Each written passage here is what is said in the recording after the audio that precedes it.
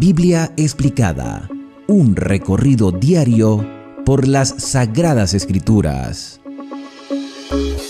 Hola, bendiciones hermanos y amigos del canal Esperanza Digital Studio. Bienvenidos al inicio del día 18 del reto de 72 días ejercitando el espíritu, el cuerpo y la mente.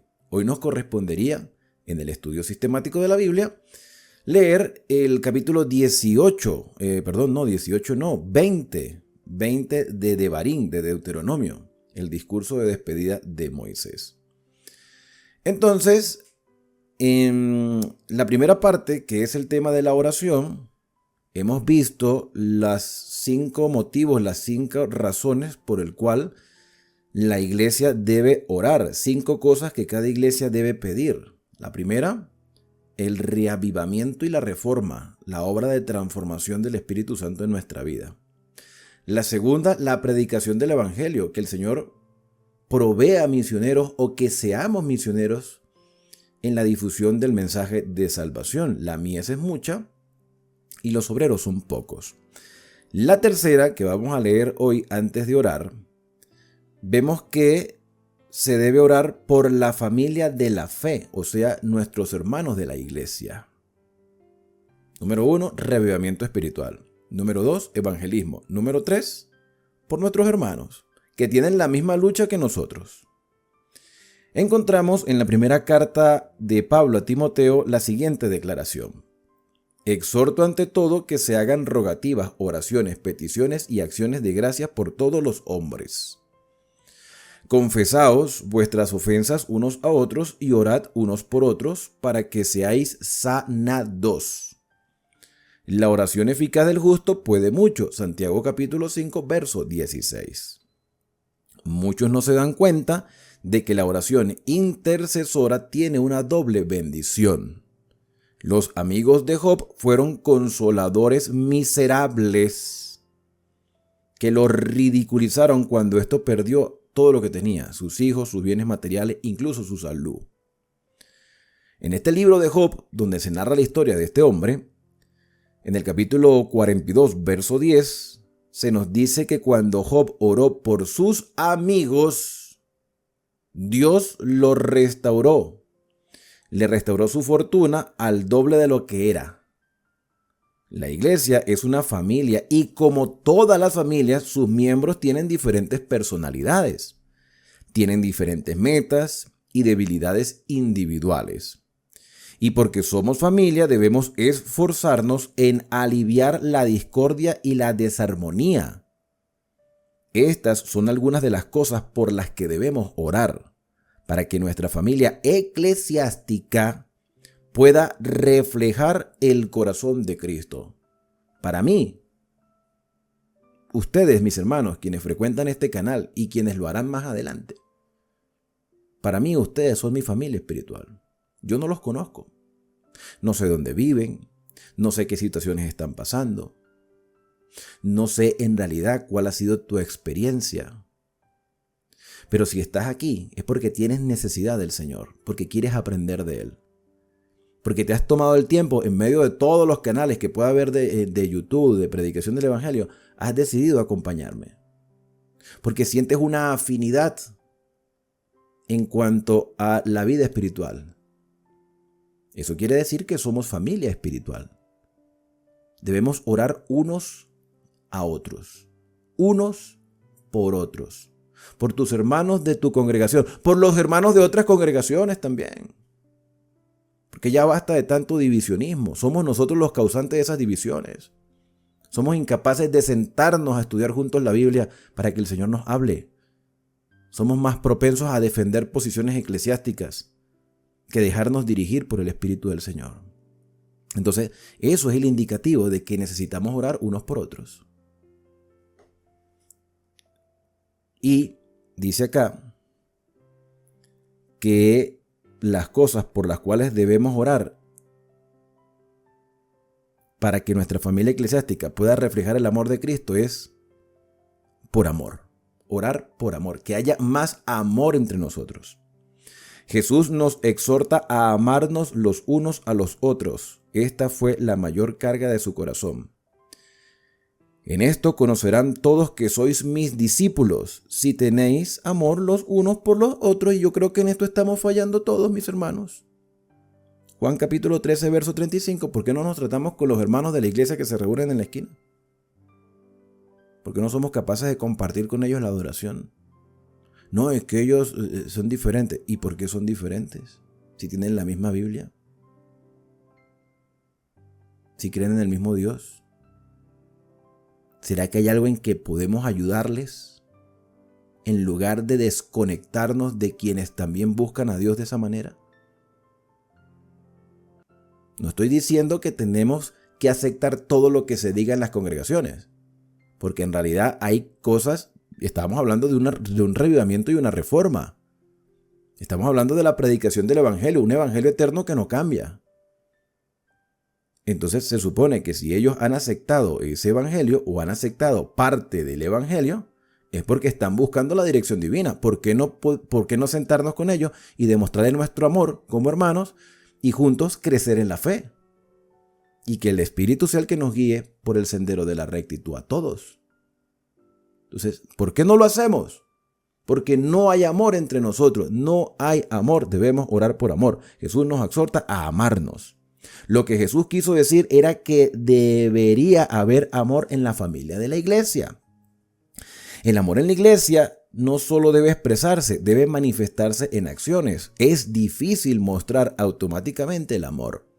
El amor es una virtud que debe ser cultivada al igual que una actividad. Hay que practicarla con el fin de perfeccionarla.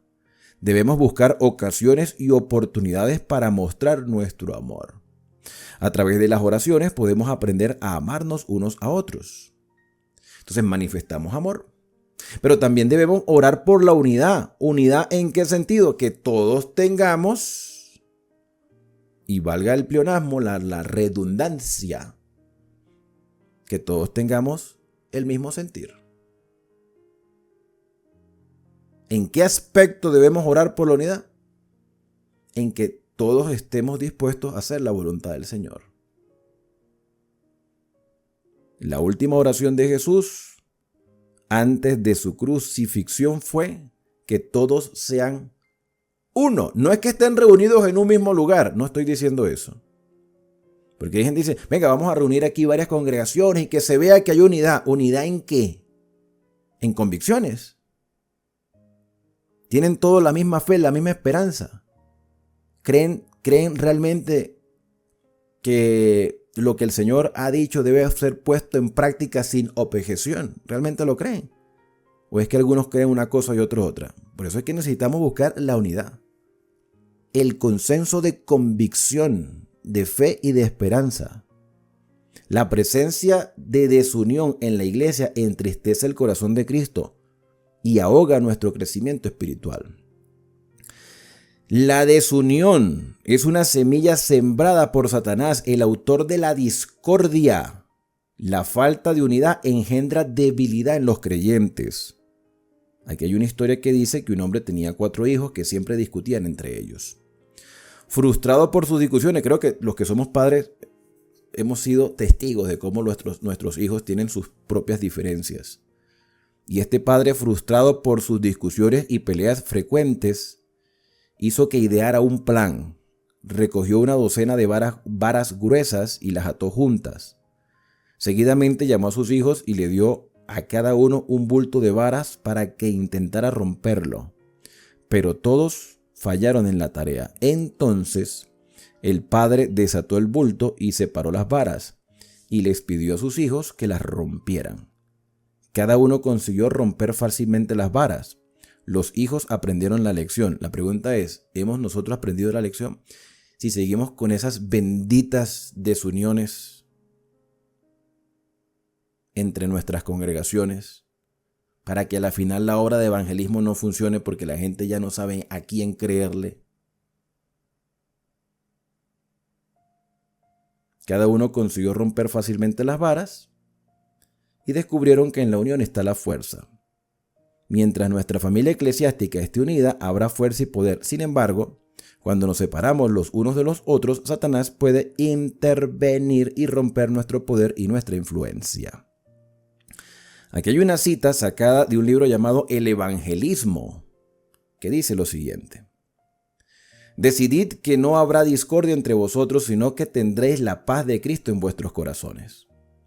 Pero cuando se descuida el jardín del corazón, las malezas venenosas del orgullo, el amor propio y de la confianza desmedida en sí mismo crecen abundantemente.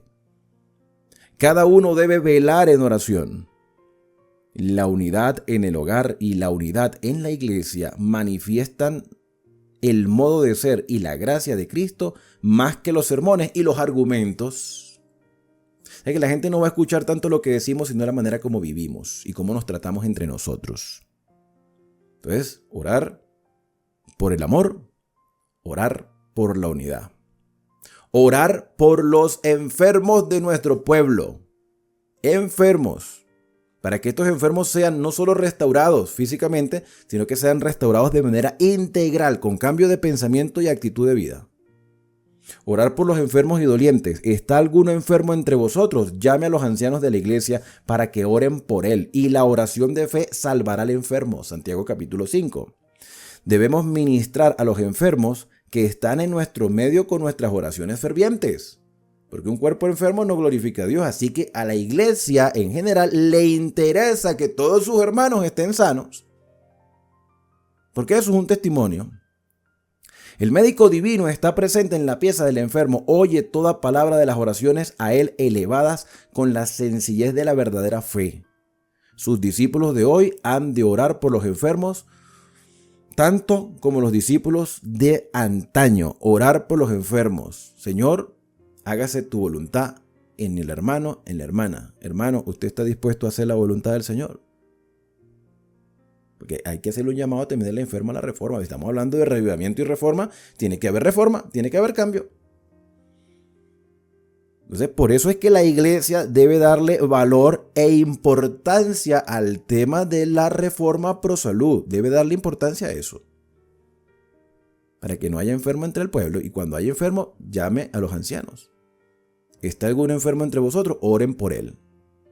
Y únjanle. El ungimiento es la recepción es el símbolo de la recepción del Espíritu Santo. El aceite de oliva. Oremos por nuestras familias. No solo las eclesiásticas, sino también las familias consanguíneas. Dice, las iglesias y las comunidades están compuestas por familias. Si nuestras familias están fracturadas y son infelices, no tendrán la influencia necesaria en su entorno. Al orar por nuestras familias debemos interceder en forma especial por nuestros jóvenes, los jóvenes de la iglesia, los jóvenes de la casa, que son los más atacados, y más en esta época.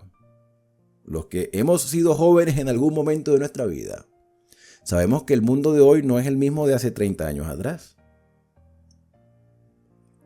No es el mismo. Mucho más difícil para los jóvenes de hoy intentar concentrarse en lo espiritual cuando tienen tanto entretenimiento alrededor. Las malas compañías son una amenaza constante en la vida de nuestros jóvenes.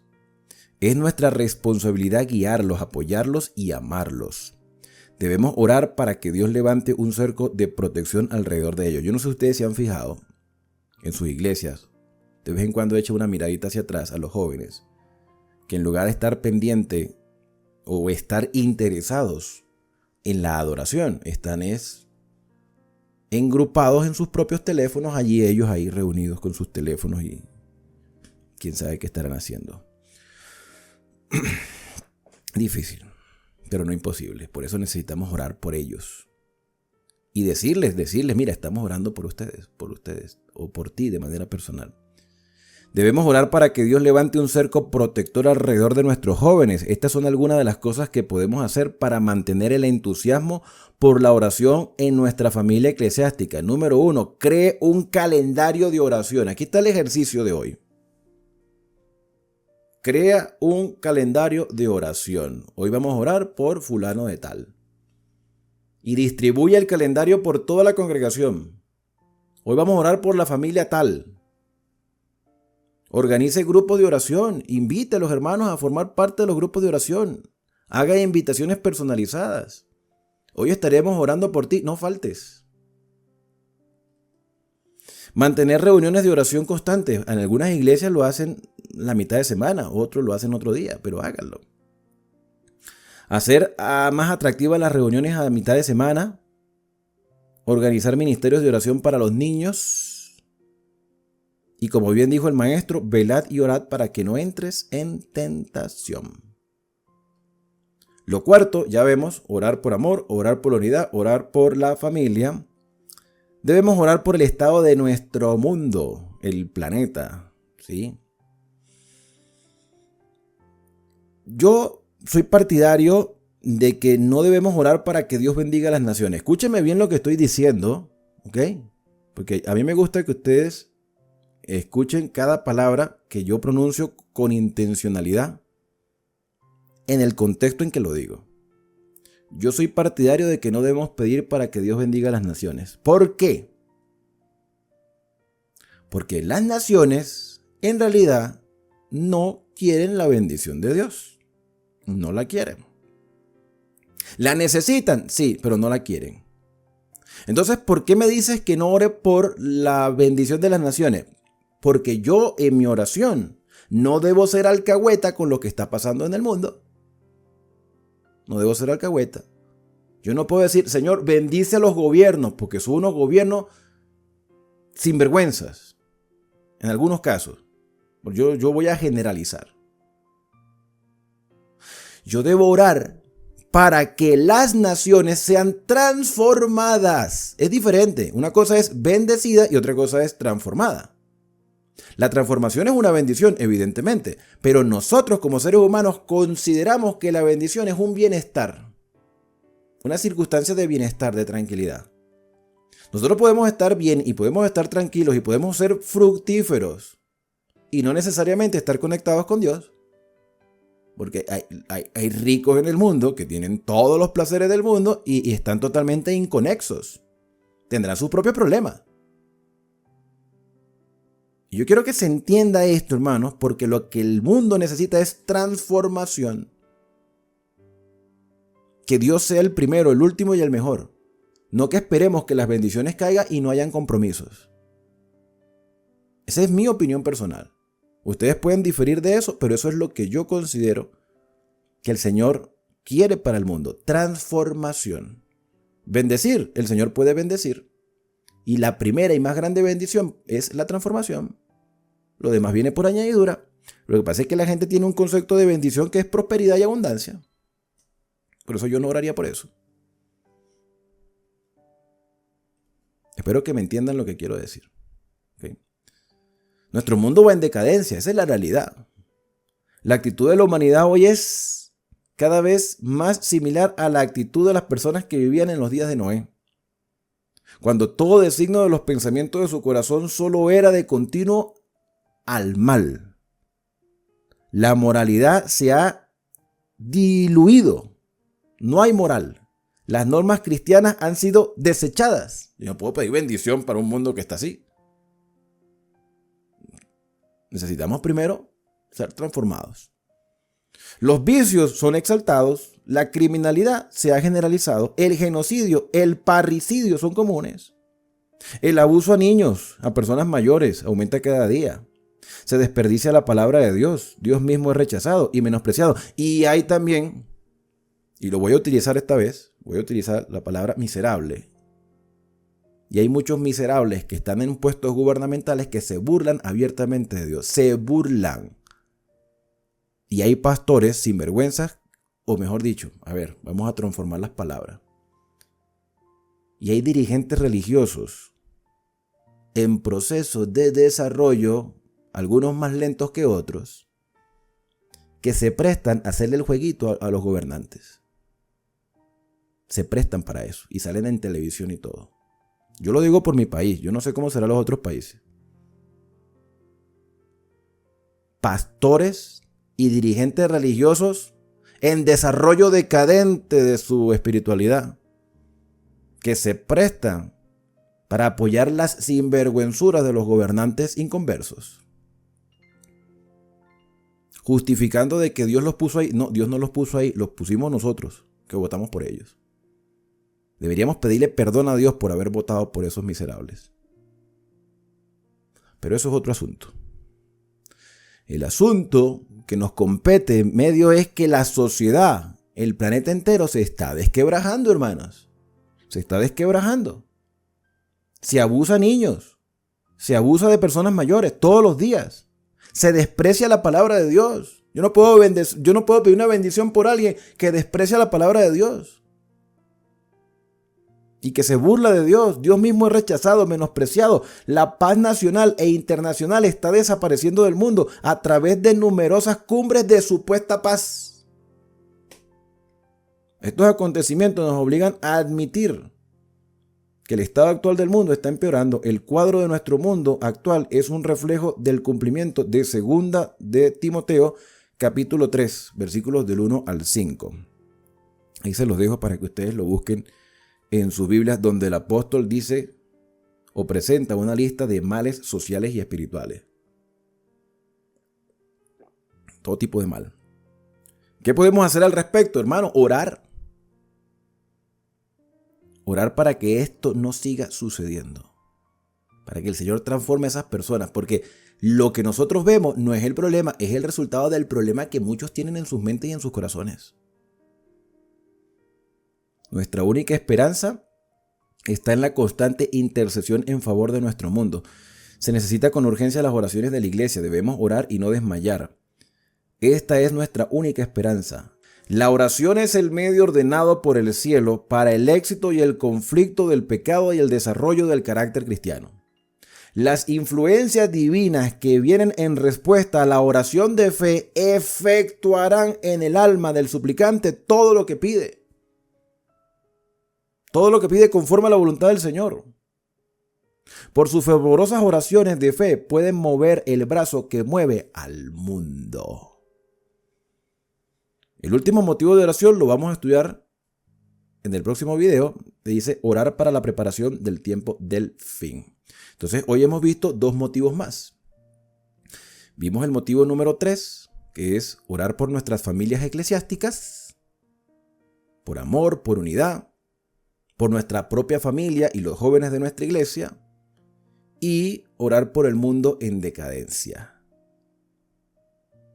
Con el debido enfoque. Señor, hágase tu voluntad y transfórmalos para que dejen de vivir en esa condición, se arrepientan y entiendan que tú tienes que ser respetado y también debe ser respetada cada una de las personas que viven en este mundo. Pero los gobernantes nos faltan el respeto. Se burlan de nosotros, se burlan de Dios. No nos ven la cara de tonto. Están seguros que somos tontos. Están seguros que somos tontos. Porque después con sus caras de tabla van y nos piden que votemos por ellos otra vez y vamos y les votamos. Creyendo de que como buscan a Dios, mentira, no están buscando a Dios de verdad. Porque si buscaran a Dios de verdad, ya se hubiesen arrepentido de todas las desfachateces que hicieron en el pasado. Entonces necesitamos que el Señor transforme sus mentes y sus corazones. El momento es propicio, mis queridos hermanos, para orar y agradecer al Señor. Porque a pesar de que el mundo se nos está desmoronando, aún hay esperanza. Es motivo, mis hermanos, de decirle al Señor, ayúdanos a estar unidos como hermanos de fe. Porque queremos que el mundo cambie, pero nosotros como iglesia seguimos desunidos. Entonces tiene que haber una reforma, tiene que haber un revivamiento, tiene que haber un despertar desde nuestras iglesias para que ese despertar también llegue a los que están fuera de nuestro entorno eclesiástico. Y ese es el motivo de oración para el día de hoy. Querido Padre Celestial, hay cosas que tenemos que mejorar desde adentro para que todo se exteriorice. Sabemos que el mundo se nos está desmoronando. Sabemos que los gobernantes se están burlando de nosotros y de ti. Porque hay falta de amor, falta de empatía.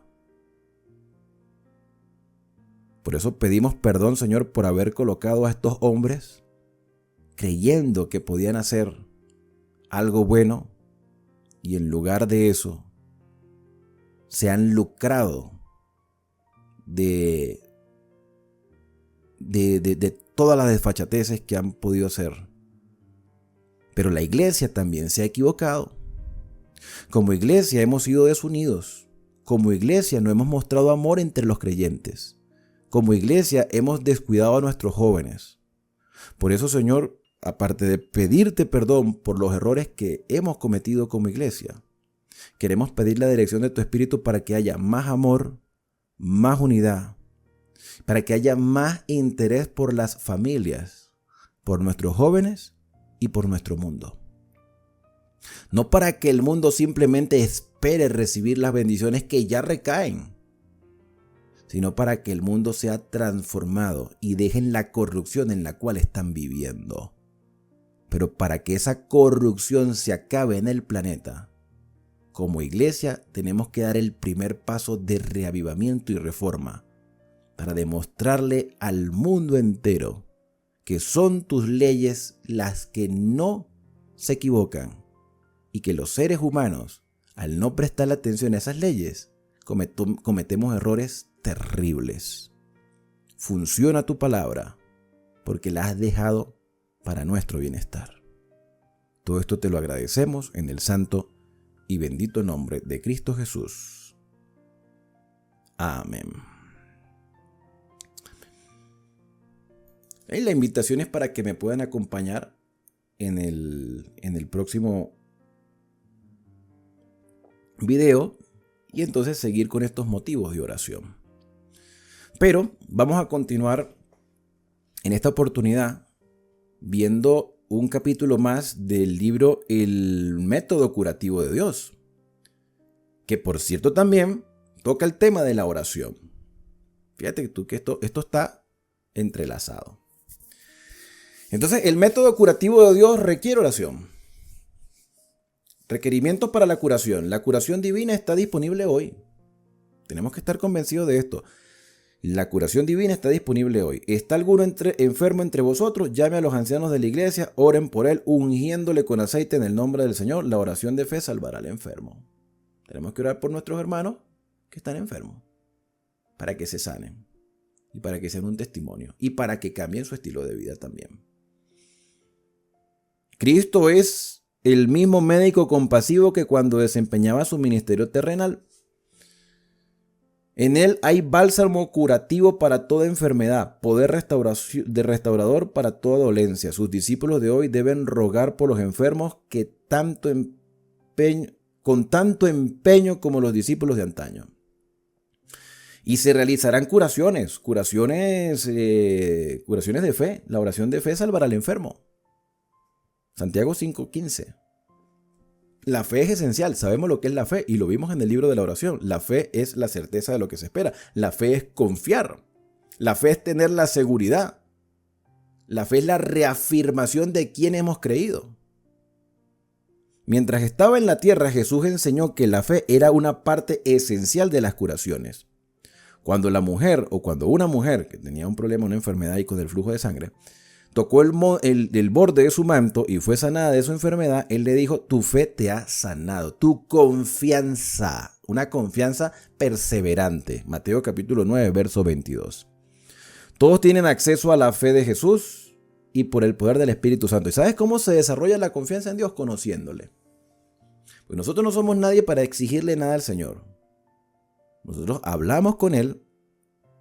Evidentemente tenemos una valía porque fuimos creados a su imagen y semejanza y hemos recibido el perdón de nuestros pecados. Hay una valía, pero en comparación con Dios no somos nadie. ¿Quiénes somos nosotros para exigirle? ¿Estamos al mismo nivel para exigirle algo a Él? No. Hágase, Señor, tu voluntad. Yo confío, Señor, en ti. Tu voluntad siempre será la mejor. Yo quisiera ser sanado, anhelo ser sanado. Señor, te pido ser sanado, pero hágase tu voluntad. Hágase tu voluntad. Todos tienen acceso a la fe. Tenemos el poder del Espíritu Santo y la tranquila seguridad de la fe para aferrarnos a las promesas de Dios. Tarea nuestra es llevar a Dios un brazo de la fe y a los enfermos y dolientes. En brazo de la fe a los enfermos y dolientes. Hay personas que me dicen: ¿cómo sé si tengo fe? ¿Conoces al Señor? ¿Conoces su voluntad? ¿Has hablado con Él en oración? ¿Le has dicho lo que sientes? ¿Has aprendido a conocer a tu Dios? Tú no puedes tener fe en algo o en alguien a quien no conoces. Tienes que conocerlo. Tienes que estudiar su palabra. Tienes que ver cómo Dios ha actuado a lo largo de la historia. Permítame decirle que los enfermos sanarán cuando usted tenga fe para venir a Dios en la forma correcta. ¿Cómo se viene uno a Dios en la forma correcta? Pues sabiendo cuál es su voluntad. La obediencia es necesaria, evidentemente. Dios escucha la oración. Si algo pidieres en mi nombre, lo haré conforme a su voluntad. No olviden eso. Juan capítulo 14, verso 14. Dios puede cumplir en cualquier momento lo que promete. Si ellos quieren vivir de acuerdo a la palabra que Él pronunció, se cumplirán para ellos todas las buenas palabras y promesas. Si están dispuestos a vivir según las exigencias divinas. Pero si no prestan obediencia perfecta, o por lo menos no piden esa ayuda, Señor, ayúdame, quiero obedecer, ayúdame. Las grandes y preciosas promesas quedarán sin efecto. La sinceridad en nuestras oraciones puede probarse únicamente mediante la diligencia que pongamos en nuestros esfuerzos de obedecer los mandamientos de Dios. Ahora, veamos los deberes de los enfermos graves. Deberes, obligaciones de las personas que tienen enfermedades graves. Número 1, y esto es la manifestación de la fe y la confianza en las promesas del Señor. Abandone toda práctica malsana y viva en armonía con las leyes de Dios. ¿Qué es práctica malsana? ¿Qué es práctica vicios? Cigarrillo, bebidas alcohólicas, trasnochos, fiestas nocturnas de fines de semana, desórdenes alimenticios, desórdenes sexuales, todo. Abandone las prácticas malsanas y viva en armonía con las leyes de Dios. ¿Es difícil? Sí, porque tienes una adicción. Por supuesto que se te va a hacer difícil, pero tienes una enfermedad que te está destruyendo a diario. Y si tú no haces unos cambios ya, te vas a morir antes de lo previsto. Todos nos vamos a morir, es verdad. Hay gente que dice, ¿de algo nos vamos a morir todos alguna vez? Sí, pero hay quienes pueden prolongar la vida. Y la idea es que nuestro cuerpo esté sano. ¿Tú quieres ser sanado? Intenta cambiar. No puedo, se me hace difícil. Allí es donde vas a empezar a conocer a Dios. Porque vas a empezar a depender de Él. Señor, ayúdame. Ayúdame. Y Dios va a poner en tu camino personas que van a ser motivadores para que alcances el objetivo de abandonar estas prácticas malsanas. Número 2. No descuides el uso de los remedios de la naturaleza para restaurar la salud. Ya sabemos cuáles son. La alimentación, empezando por ahí, tiene que haber una desintoxicación. Y esa desintoxicación la vamos a lograr alimentándonos mejor, tomando agua, más de la que veníamos tomando, hacer nuestros ejercicios de respiración y nuestros ejercicios físicos. Hay que salir a caminar. Hay que salir a que el cuerpo se vaya restaurando poco a poco. Hay que descansar adecuadamente. Hay que tener dominio propio, confianza en el Señor. Hay que aprovechar el recurso del sol para que nuestro cuerpo se vaya expulsando las toxinas que durante tanto tiempo hemos tenido. Confiesa y abandone todo pecado conocido, por lo menos ya lo que sabes y lo que vas a ir aprendiendo, tú sabes, o sea, vas recibiendo la información de lo que te necesitas y lo que no necesitas en tu vida. Someta toda petición a la voluntad de Dios para su gloria y para el beneficio de los que están afligidos. Pida siempre la presencia y la gracia de Dios para ser confortado y sostenido. No descuide poner todos los asuntos en orden en caso de que el enfermo grave esté a próximo de fallecer. Deja tu casa en orden. No, pero es que yo no me quiero morir. No, nadie quiere que tú te mueras tampoco. Pero lamentablemente el cuerpo pasa factura. Pero es que yo estoy orando para que Dios me haga un milagro. Sí, Dios te puede hacer el milagro. Pero ¿es la voluntad del Señor en este momento sanarte de forma inmediata? Mira, hay una historia en la Biblia. Por eso es que uno tiene que aprender a conocer a Dios y la manera como actúa. Hay una historia en la Biblia de un rey llamado Ezequías. Ezequías enfermó y el profeta Isaías Le dijo, arregla tu casa que vas a morir. Eso lo mandó a decir Dios, arregla tu casa que vas a morir. El rey Ezequías se puso a llorar, se puso triste, me voy a morir, Señor, perdóname, recuerda todo lo que yo he hecho, Señor, por favor, no me quites la vida. Normal. Yo hubiese estado en el lugar de Ezequías, de repente hubiese reaccionado igual. El Señor le prolongó la vida al rey 15 años. Esos 15 años, en lugar de ser un testimonio, agradeciendo a Dios y teniendo un estilo de vida mejor porque el Señor le había prolongado la vida 15 años. Igual se iba a morir en esos 15 años, pero oye, te está ampliando la vida un tiempo más. El tipo se portó mal, se volvió egocéntrico, materialista. De paso tuvo un hijo que llegó a ser el peor de los reyes que ha tenido el reino de Judá, Manasés, que incluso se cree que fue el asesino de Isaías. Manasés mató a Isaías, al profeta. Un profeta que tanto aconsejó a la familia real. Manasés se arrepintió, es verdad, pero se pudo haber evitado todos los males de Manasés si Ezequías hubiese aceptado la voluntad del Señor. Pues tenemos que aprender a aceptar la voluntad del Señor. Si el Señor permite que descansemos, hermano, antes de que ese momento llegue, arreglemos todo para que descansemos con todo arreglado. Que nuestros últimos días de vida glorifiquen al Señor. ¿Y sabe por qué te lo digo así? Y de repente usted dirá, ay, pero qué duro. No. La cuestión es que, hermano, la muerte es simplemente un estado de inconsciencia. La Biblia habla de la resurrección. Yo quiero vivir, hermano, yo quiero estar vivo cuando Cristo venga, pero yo tengo que estar consciente que en cualquier momento me puedo morir. Y si descanso con la bendita esperanza de la resurrección. Y eso llena mi vida de esperanza. También debe llenar la tuya.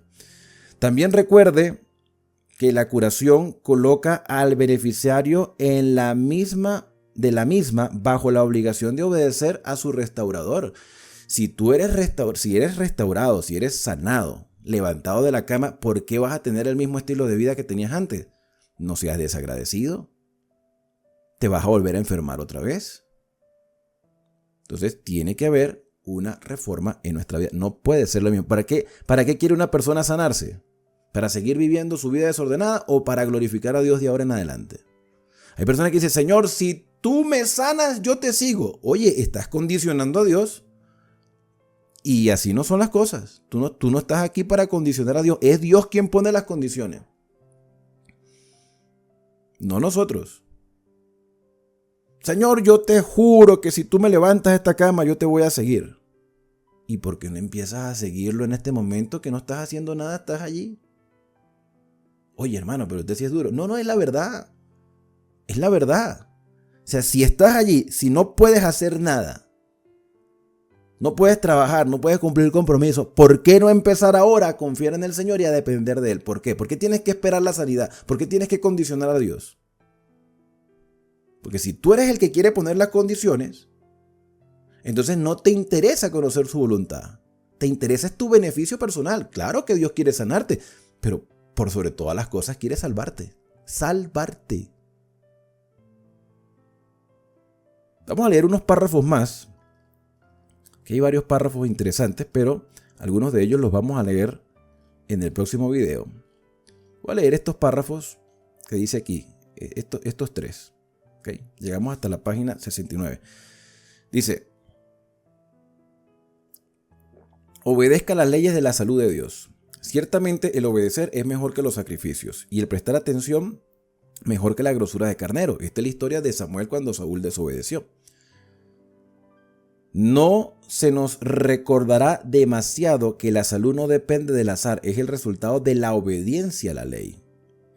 Trabajo perdido es enseñar a la gente a considerar a Dios como sanador de sus enfermedades, si no se le enseña también a desechar las prácticas malsanas. O sea, Dios es el curandero y a cada quien haga lo que quiera. No, Dios es el sanador y espera que haya un cambio en nuestra vida. Dios no obrará un milagro para prevenir la enfermedad de los que no se cuidan a sí mismos y que están continuamente violando la ley de la salud y no hacen esfuerzo alguno para evitar la enfermedad. Cuando hacemos todo lo que podemos de nuestra parte para tener salud, entonces podremos esperar que se produzcan los resultados benditos y podremos pedir a Dios con fe que bendiga nuestros esfuerzos por la preservación de la salud. Un parrafito más de la página 70. Aquellos que gratifican su apetito y después sufren a consecuencia de su intemperancia e ingieren drogas para aliviarse, o sea, fármacos, pueden estar seguros de que Dios no se interpondrá para salvar la salud y la vida que han sido puestas en peligro tan osadamente. Dios no ve conveniente contestar las oraciones ofrecidas en favor de tales personas que no quieren hacer la voluntad. Por eso yo decía, y lo recalco, si tú condicionas al Señor, así no funcionan las cosas. Si tú, por el contrario, estás dispuesto a confiar en Él, a aceptar su voluntad, sea cual sea, hermano, ha habido en ti un verdadero cambio, una renovación desde adentro y después eso se va a exteriorizar. Si tú aceptas la voluntad del Señor y te sanas, se manifestará esa reforma. Y si descansas, pues descansas con la bendita esperanza de la resurrección. A la final todo es beneficio. Y allí es donde nuestra fe se fortalece. Y podemos vivir con esperanza el resto de vida que nos toque vivir. Ya después hablaremos un poco acerca de los remedios sencillos y confianza en esos remedios, confesando y abandonando también el pecado, porque, mis queridos hermanos, cada día tenemos que mejorar. Y creo que el momento es propicio para acercarnos a Dios una vez más a través de la oración. Acompáñame. Querido Dios Todopoderoso, aquí nos acercamos delante de tu presencia porque necesitamos de ti en nuestras vidas. Que no seamos nosotros, Señor, quienes pongan las condiciones. Tenemos que reconocer que hemos destruido nuestro cuerpo con un estilo de vida inadecuado. Y en algunas ocasiones, Señor, nuestro cuerpo ya no da para más. Pero mientras hay vida, hay esperanza y estamos conscientes que necesitamos de ti. Restáuranos desde adentro hacia afuera. Que nuestros pensamientos y nuestras decisiones vayan en consonancia con tu voluntad. Perdónanos, restáuranos. Y sea cual sea la decisión que tú tomes, sabemos que es lo mejor para nosotros. Sea que vivamos o que descansemos, nuestra fe y nuestra esperanza no pueden menguar. Estamos convencidos, Señor, que estas recomendaciones son indispensables. Podemos vivir el resto de lo que nos quede en este planeta, lo podremos vivir haciendo tu voluntad para glorificar tu nombre y demostrarle a otros la importancia de obedecer tus mandamientos y de advertir a otros, principalmente jóvenes, a no desperdiciar sus vidas en placeres y en cosas efímeras que a la final nos traen desolación y miseria. Ponemos nuestras vidas en tus manos, confiando en tus promesas, en el santo y bendito nombre de Cristo Jesús. Amén. Amén. Tomando en cuenta toda esta información, mis hermanos, quiero invitarles ahora a abrir sus Biblias para leer juntos el capítulo correspondiente en el estudio sistemático de la Escritura, Deuteronomio capítulo 20, el discurso de Moisés. Devarim, las palabras de Moisés a orillas del río Jordán cuando Israel estaba próximo a entrar a la tierra de Canaán. Este capítulo 20, que lleva una secuencia desde los capítulos anteriores, nos presenta una temática muy delicada, que es el asunto de las guerras. Yo he dicho que cada historia tiene un contexto. Y el contexto de esta historia o de esta información que Moisés comparte es que ellos iban a entrar a la tierra de Canaán a tomar posesión de una tierra habitada por hombres y mujeres cananeos. Cananeos que durante 400 años desperdiciaron sus vidas en la idolatría. Cananeos que durante décadas y décadas, en conocimiento de lo que Dios había hecho por Israel, ignoraron conscientemente las leyes de Dios. Porque los cananeos no eran ignorantes de lo que Dios había hecho por Israel. Cómo cruzaron el Mar Rojo, cómo lo sustentó con pan que caía del cielo. Oye, la gente se pregunta, ¿y esta gente cómo come? La gente se pregunta. Y la evidencia de que ese conocimiento estaba en la mente de los cananeos es una mujer llamada Rahab, que eso lo vamos a ver en el libro de Josué. Rahab aceptó ser parte junto con su familia del pueblo de Israel. Si Rahab lo hizo era porque otras personas también lo podían hacer. ¿Por qué no lo hicieron? Porque no quisieron. Los 400 años y más que el Señor le dio a los cananeos era una demostración de su gracia. En pleno siglo XXI, la ignorancia no es una condición, es una decisión. Nosotros hoy no podemos ser ignorantes de la Escritura porque está a nuestro alcance. Y las tenemos en todos los medios, en el teléfono, en las redes sociales, en estos canales de YouTube. ¿Tú crees que este es el único canal de YouTube que estudia la Biblia? Hay cantidad de canales. Algunos que tienen algunas cosas que como que reformar un poco, pero en su mayoría Dios no va a dejar a sus hijos para que caigan en tinieblas, sino que los llevará por el sendero de la rectitud de la luz. Entonces, el tema de las guerras es delicado, porque si no se entiende el contexto, podemos justificar las guerras que hoy hay en el Medio Oriente, o que han venido suscitándose a lo largo de muchas décadas. Cuando yo terminé el video anterior, yo decía, yo no justifico las guerras. Porque no son una lucha espiritual, y ni siquiera hay un interés por el bienestar de las personas. No, ahí no hay interés por el bienestar de las personas. Ahí lo que hay es un interés por la tierra. La gente ha valorado más el suelo que la vida de los seres humanos. Esa es la realidad. Ahí no hay asuntos espirituales, ahí no hay asuntos humanitarios, ahí hay egocentrismo de parte de quienes gobiernan. Y se justifican diciendo de que son las luchas santas, por la tierra santa. ¿Y cuántas personas no han muerto en esa supuesta santidad de tierra? Pero entonces aquí nosotros vemos cómo Dios manda a matar a los cananeos. Amigo, a los cananeos se les acabó la gracia. Se les acabó. Los cananeos eran despiadados. ¿Tú sabes lo que es pasar a los hijos por el fuego? Torturar a esos pobres bebés para complacer a dioses inexistentes. Vea cuántas aberraciones había. O sea, Dios quiere la salvación del ser humano, hermano. Mira, ustedes pueden citar la destrucción del mundo en el diluvio universal. Ustedes pueden hablar de la destrucción de Sodoma y Gomorra. Podemos hablar aquí también del exterminio de los cananeos en estas épocas. Y uno decir, ¡ay, qué Dios cruel! ¿Y por qué no hablan del perdón que Dios le dio a los ninivitas cuando Jonás ni siquiera quería ir a predicar? ¿Por qué no hablamos de eso? ¿Por qué no decimos que Moisés se cansó de rogarle a las personas que se metieran al arca y no quisieron entrar? ¿Por qué no hablamos de que Lot salió a buscar a conocidos para que salieran de Sodoma y se burlaban de él? ¿Por qué no mencionan a Rahab, que acabo de hacer el comentario de Rahab?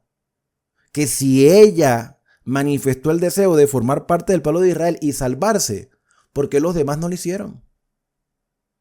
Porque es una cuestión de decisión personal. Pero cuando Dios entonces asume el juicio que le corresponde, entonces ahí juzgamos. Aquí no se está justificando la guerra del Medio Oriente, ni ninguna guerra. Aquí el Señor está dando un juicio retributivo. Porque Israel era una teocracia. En Israel no hay teocracia. En Israel hay un primer ministro.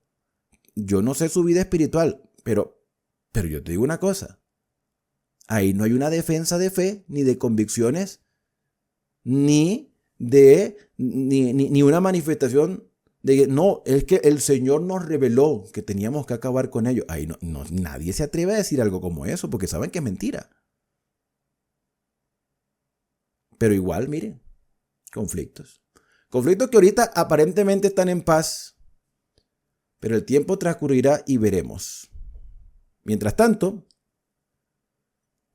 Moisés, en este capítulo, evento ya del pasado, le dijo a Israel: cuando salgas a la guerra contra tus enemigos, si vieres caballos y carros y un pueblo más grande que tú, no tengas temor de ellos, porque Jehová tu Dios está contigo. Esto es una orden divina de eliminar a un grupo de personas específico en un contexto específico,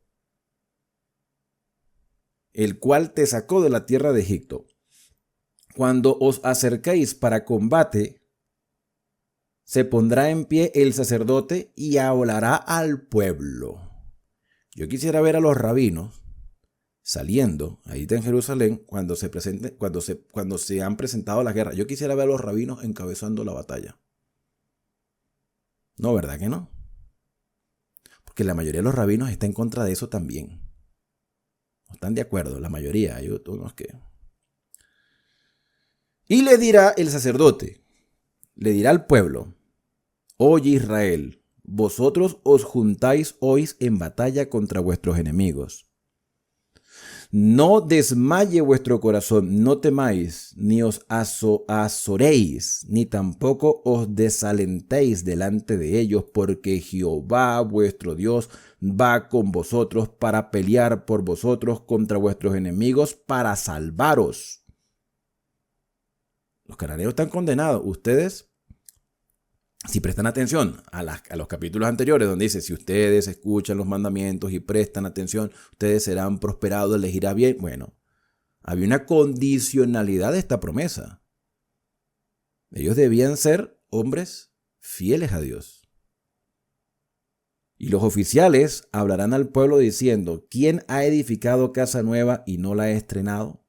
Vaya y vuélvase a su casa, no sea que muera en batalla y alguno otro la estrene. Ya está hablando de eventos más futuros. Es decir, si en el futuro se presentan estas guerras, ustedes ya están ahí en sus casas. Mire, si ustedes tienen temor de salir a la guerra, no salgan. No salgan, porque esta guerra no es nuestra, esta es de Dios. Y quien ha plantado viña y no la ha disfrutado de ella, vaya y vuelva a su casa, no sea que muera en batalla y alguno otro la disfrute. Todos sabemos que las guerras pueden traer este tipo de consecuencias, de que la gente muera por el camino. Y quien no se ha desposado con mujer y no la ha tomado, vaya y vuélvase a su casa, no sea que muera en batalla y alguno otro la tome. Y volverán los oficiales a hablar al pueblo y dirán: ¿quién es hombre medroso y pusilánime? ¿Quién es medio cobarde? ¿Quién? Bueno, a mí me dicen esto y dicen: yo no voy. Vayan ustedes. Hay gente que... Yo no sé este asunto de las guerras, de verdad. Yo no me he metido mucho en esta temática, pero hay gente que presta servicio militar y sabe que tienen que ir para allá. Yo particularmente, yo no iría. No, hermano. Yo no iría. Seré un medroso pusilánime. Bueno, más vale parro vivo que león muerto. No, pero esta es la batalla del Señor. Ok, listo. El Señor pelea por nosotros. Pero claro, lo que pasa es que aquí, evidentemente, Dios utilizaría a Israel para acabar con los cananeos. Pero hay que ponerse en el lugar de ellos en ese tiempo y pongámonos ahora con el pensamiento que tenemos ahora, a ver si somos capaces de ir a una guerra. ¿Tú crees que yo voy a ir a alistarme una... No, señor. No. No. Eres un cobarde. Mira, ya estamos viviendo una guerra espiritual. Suficiente con esa que tenemos. Suficiente. Por eso es que yo estoy en contra de las guerras. No tienen sentido. Dime, ¿quién se ha beneficiado entre la guerra de Rusia y Ucrania? ¿Quién se ha beneficiado? ¿De qué ha servido? ¿De qué ha servido la lucha de Israel y Palestina? No ha servido de nada. De nada ha servido.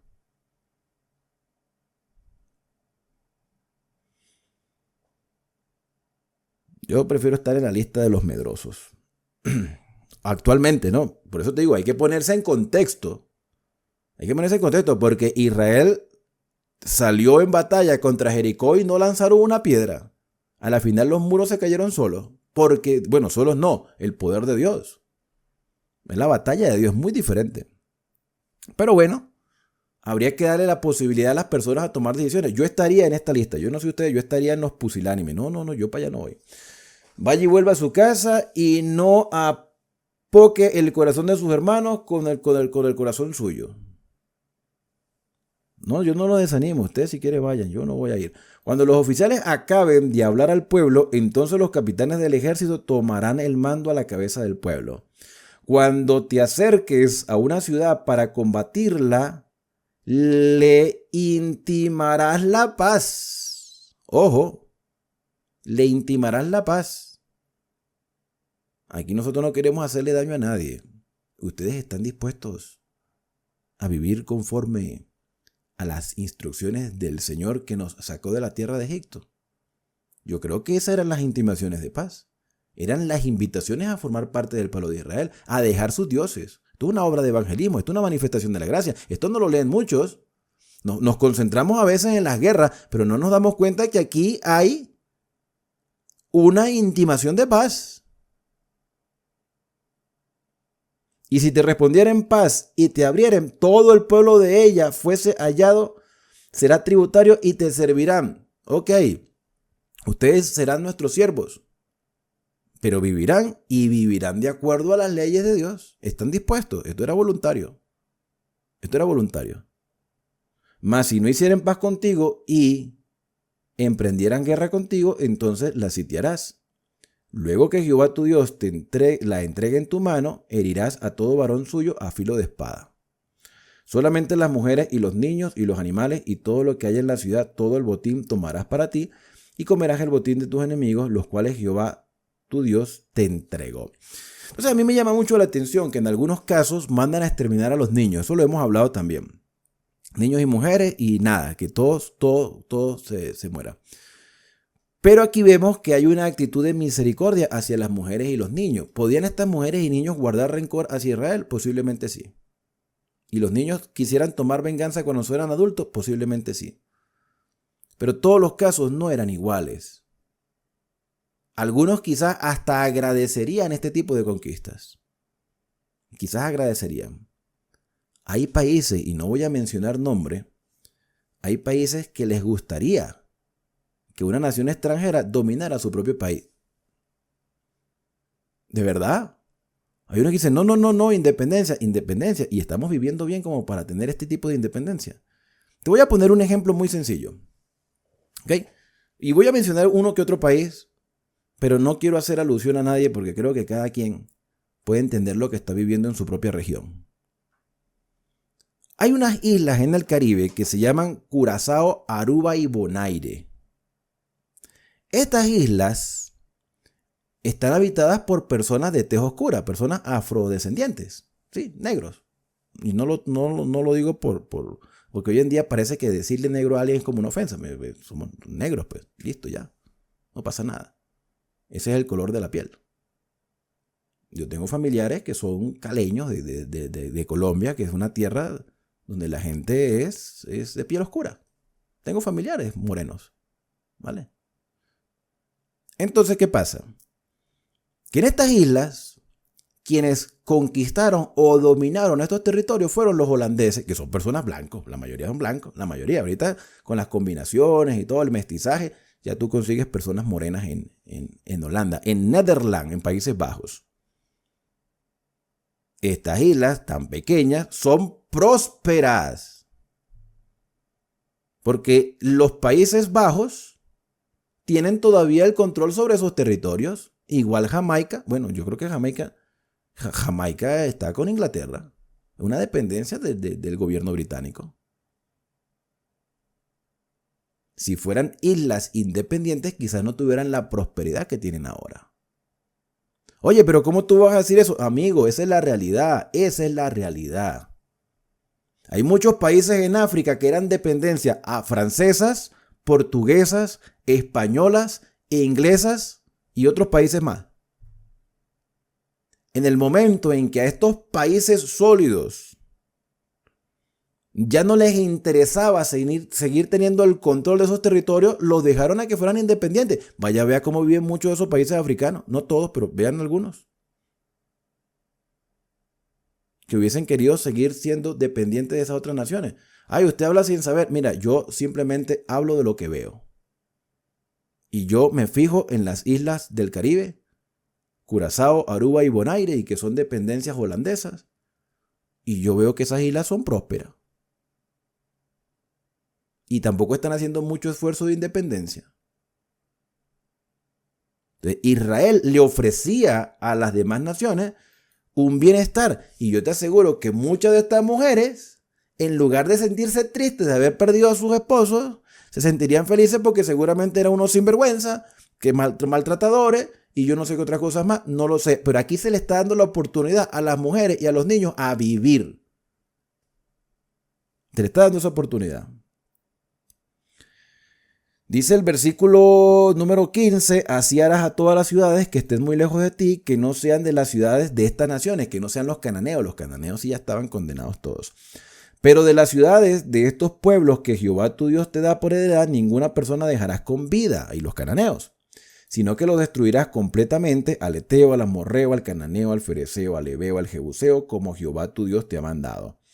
Para que no os enseñen a hacer según todas sus abominaciones que ellos han hecho para sus dioses, y pequéis contra Jehová vuestro Dios. Cuando sities alguna ciudad peleando contra ellas muchos días para tomarla, no destruirás sus árboles, metiendo hacha en ellos, porque de ellos podrán comer. Eso también es una manifestación de misericordia. O sea, estamos conquistando tierras y bueno, las personas hay que dejarles que se alimenten. Dice, porque ellos podrán comer, no los talarás, porque el árbol del campo no es hombre para venir contra ti en el sitio. Pero recuerden esto, en estas conquistas primero se pactaba paz, con las condiciones que Israel ponía según las exigencias de Dios, porque la idea era influenciar en los demás. Y tú dices, pero igual sigue siendo una actitud cruel. Mira, la idea era que Israel fuera una nación tan próspera, que Israel tuviera unas leyes morales tan buenas, que la gente viviera tan bien, que las personas quisieran vivir como ellos. ¿Por qué muchos se van para los Estados Unidos? Vamos a ser sinceros. ¿Por qué muchas personas latinas arriesgan su vida de irse por el Darién, por esa selva donde muchos han muerto, con la esperanza de llegar a una tierra de libertad, llamado Estados Unidos? Así le dicen, la tierra de la libertad. ¿Por qué? Porque saben que es un país próspero. ¿Por qué muchos se van a los países europeos? ¿Por qué no se van a África a vivir? ¿Por qué no se van a...? Bueno, algunos migramos a países latinos. ¿Pero tú crees que muchos europeos van a venir a los países latinos a migrar o vienen solo a turistear? Uno que otro se mudará. Uno que otro. Pero la gran población latina anhela irse a países desarrollados para su bienestar. Y la idea era que Israel fuera un país tan próspero que las personas quisieran ser como ellos. Y cuando llegaba Israel a pactar, dice, claro, nosotros queremos ser parte de ustedes. Y las conquistas eran normales en esa época, normales. Si los babilonios llegaron y dominaron gran parte del territorio, y después vinieron los persas, y después vinieron los griegos, y después vinieron los romanos. Y los romanos ayudaron en la fabricación de carreteras y acueductos, y la gente quizás decía, queremos independencia de Roma. Ah, pero tienes los beneficios que Roma te está proveyendo.